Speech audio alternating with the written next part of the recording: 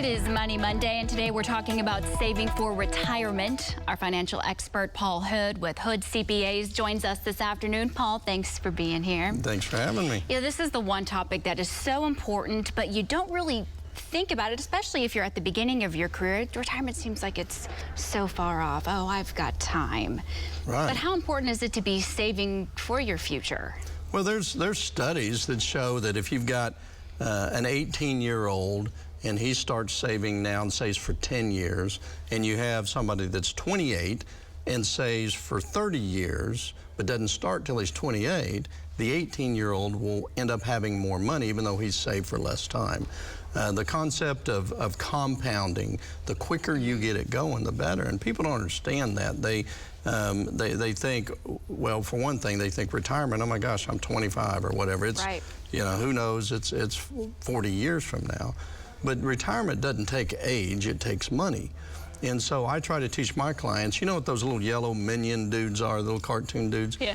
If you think of minions as, you know, they work, and then they compound, and as soon as you get enough minions, you can buy your time back. So retirement takes money, not age. And so the quicker you do it, the quicker you can retire. I love thinking about it in those terms. I think another thing that really, at least for me, that trips me up when thinking about saving and what that means is there's a lot of numbers and a lot of letters. You've got the 401k, you've got the IRA, but there's a difference between the two. Tell us what those differences are. Well, the primary difference is how much you can put in them. See, people go through two phases of life. And the first phase of life when it comes to money is an accumulation phase.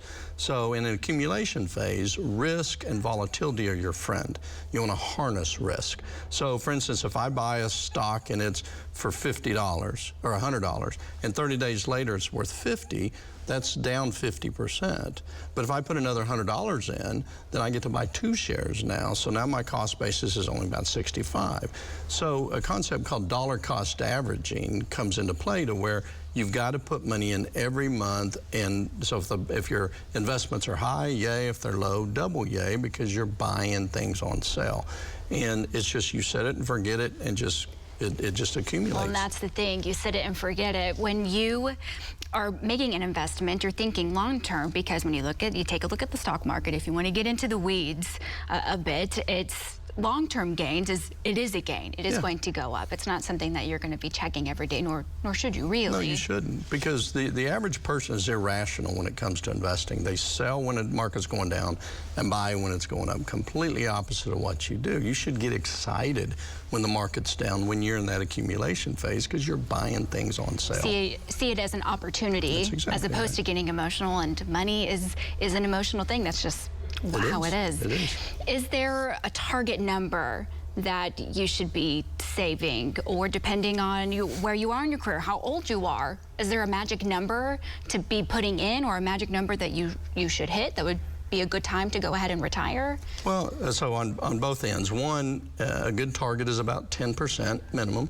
If you can save 10%, live on less than what you bring home, save that 10%, is a pretty good number. But the way you figure out how much you're going to need is you figure out how much do you need to spend.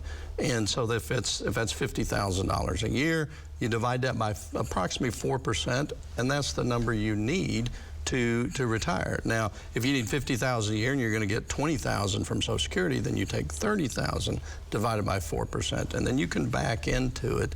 You always start with the end in mind to determine, and then you just say, all right, I want to retire in 10 years, 20 years, 30 years. You can determine how much you need to put back. Always good advice, Paul. Thank you so much. Thank you.